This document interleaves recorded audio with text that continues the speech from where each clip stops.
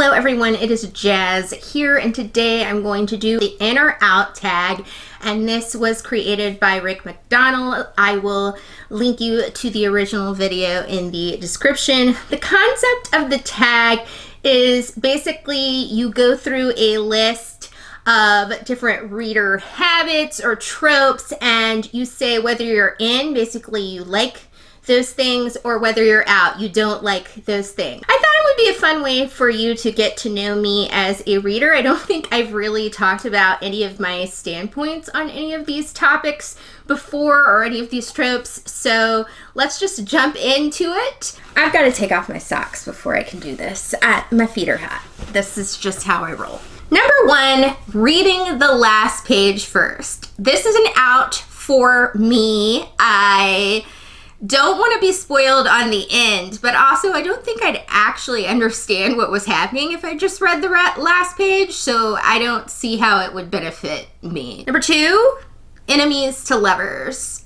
A heck ton of my favorite couples are in the enemies to lovers thing, so I'm gonna go ahead and say in on that situation. I do think that if the actual love interests are trying to kill each other at one point, that has to be executed right for me for it to really work. But the kind of enemies to lovers that I like is a Benedict and Beatrice, Mr. Darcy and Elizabeth Bennet. That misunderstanding thing where we have witty banter and then we learn that we are actually more alike than we thought, kind of enemies to lovers. Number three is dream sequences. So I have to say out, I think, on this. I think dream sequences are much better formulated for film and television and visual medium of that sort. I think it's a little harder to make it clear that a dream or a vision is happening.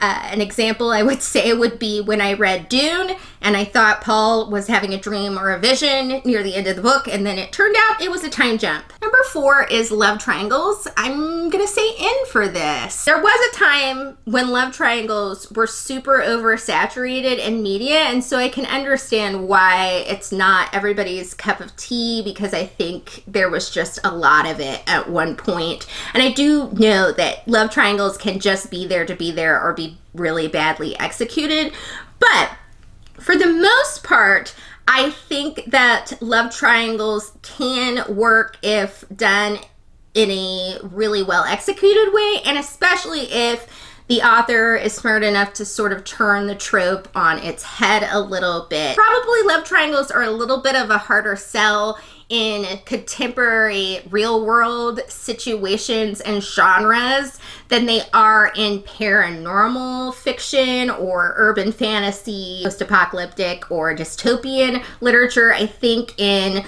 sort of more genre fiction, it works for me a little better because the dating pool is very small. There's not a lot of people that know the secret or still existing on the planet. And so you are going to get into some love shapes. I think that makes sense. I have known people that are friends of mine that have been in love triangles, so it's not totally impossible. Number five is cracked spines. I guess I'm in, but it's a light in. I just feel like cracked spines, if you're reading paperbacks, is a reality. It's just something you have to learn to live with, because it's that or being uncomfortable holding your book, and I'd rather crack the spine, but I'm not going to go out of my way to crack the spine. Number six, back to my small town. I don't know if I've read many books on this, but I'm going to go ahead and say in for this. I think there is a lot of good lessons that one can learn from leaving their town and then returning and having different dynamics with the past. Number seven, monsters are regular people. I'm out on this one. I have this really interesting thing that I think I have occasionally talked about, where I don't think we should hold monster characters to human standards. And I think what happens if we treat monsters like everybody else, like they're just people like us, then you end up having people griping about, you know, the creepy behavior that monsters display and all those things. And well, of course they have creepy behavior because they're monsters, and that makes sense for the thing that they are. I think it's just better if monsters are allowed to be monsters. That being said, I don't think they necessarily have to be evil monsters.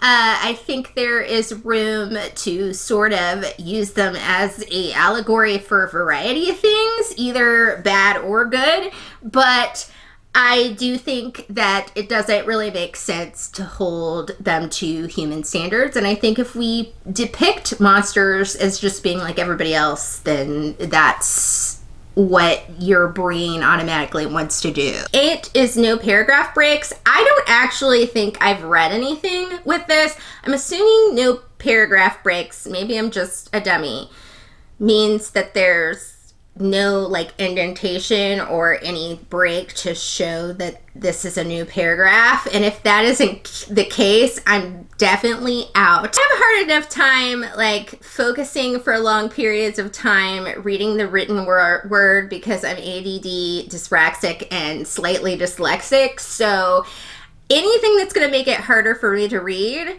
I say no to. Number 9 is multi-generational sagas. I'm, for the most part, out. I just say this because I'm extremely leery of books about the children of main characters. I find them not as good. I find them not as investing.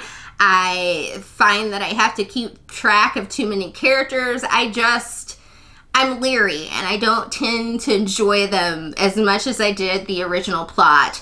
Now, if it's multi-generational within the same book, I think it can be done well occasionally, but for the most part, I do think it, yet again, comes back to having too many characters and getting a little bit muddled and confusing, so I don't think it's for me. Number 10, rereading.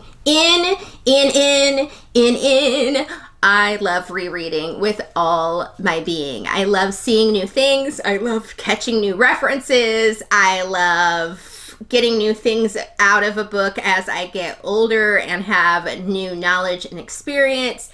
I love rereading so much. Number 11, artificial intelligence. I think this is an out for me.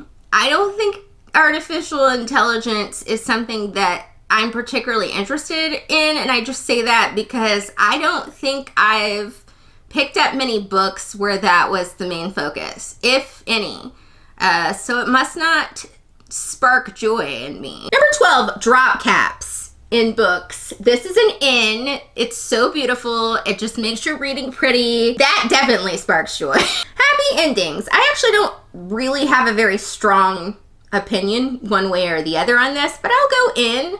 I guess I will prefer a happy ending over anything else, but I honestly do not mind ambiguous endings if done well, and or just sad endings. Sometimes things have to be realistic and don't end up perfectly. Number 14, plots that only converge at the end. This is an out. I like things to converge kind of the middle or like 2/3 into the book.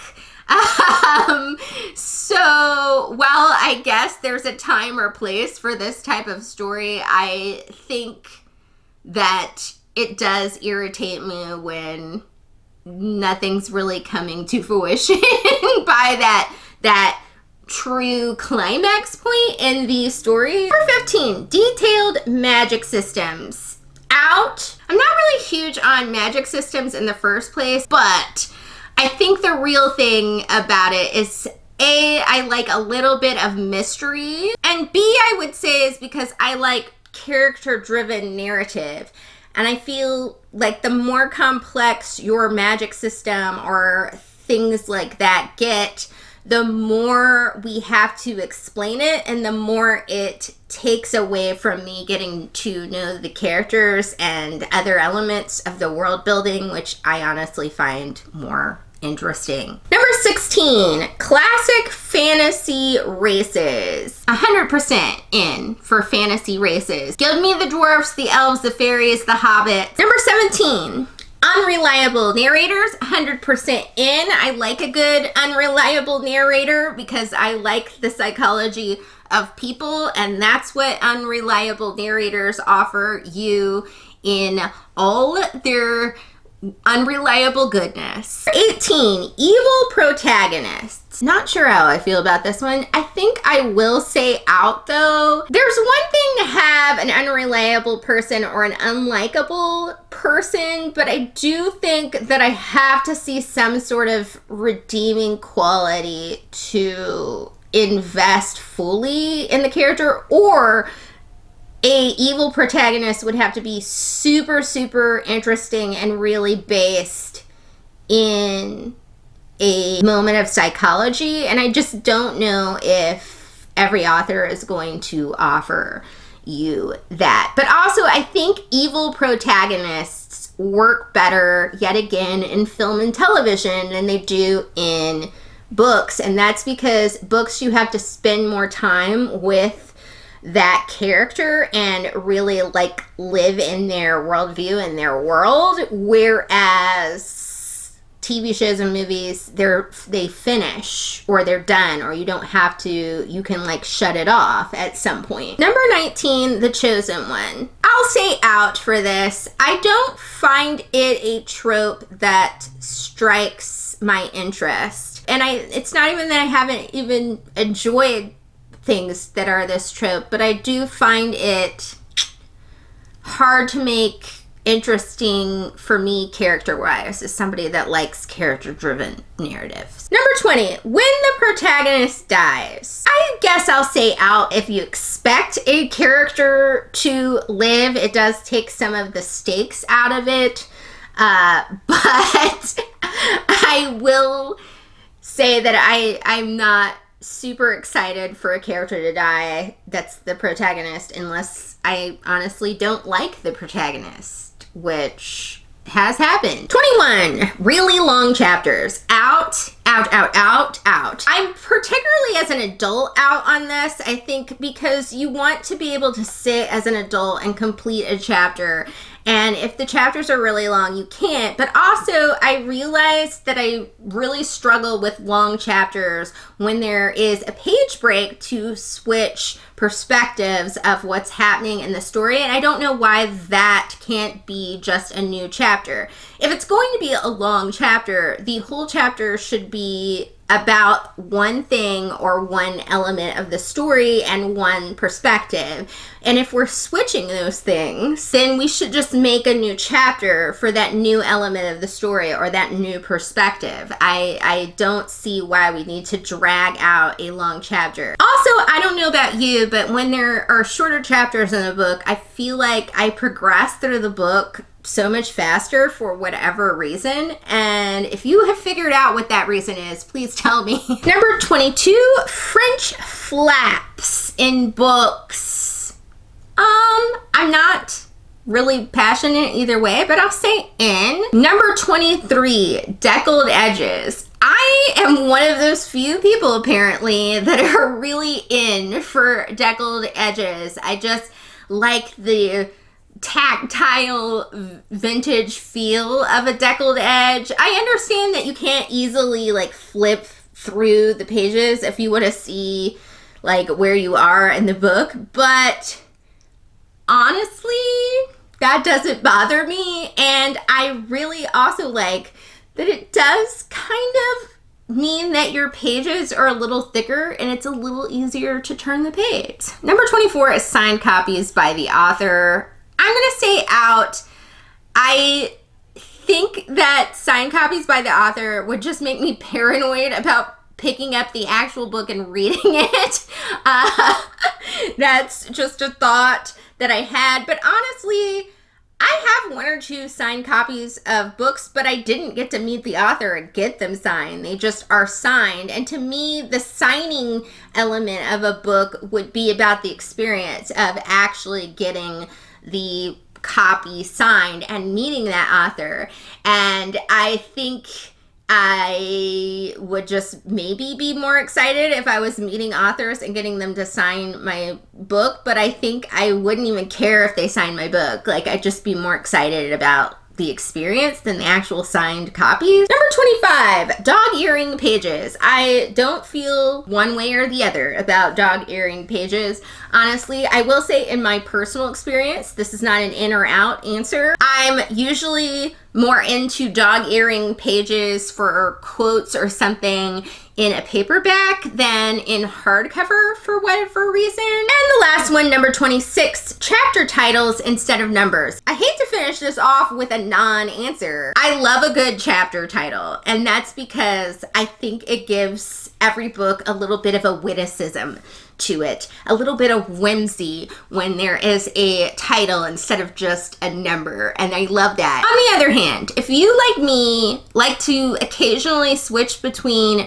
reading the book in physical copy or ebook and then going sometimes and listening to it in audiobook, sometimes the chapters don't always line up in the audiobook, and it is much easier if they are numbered in the book.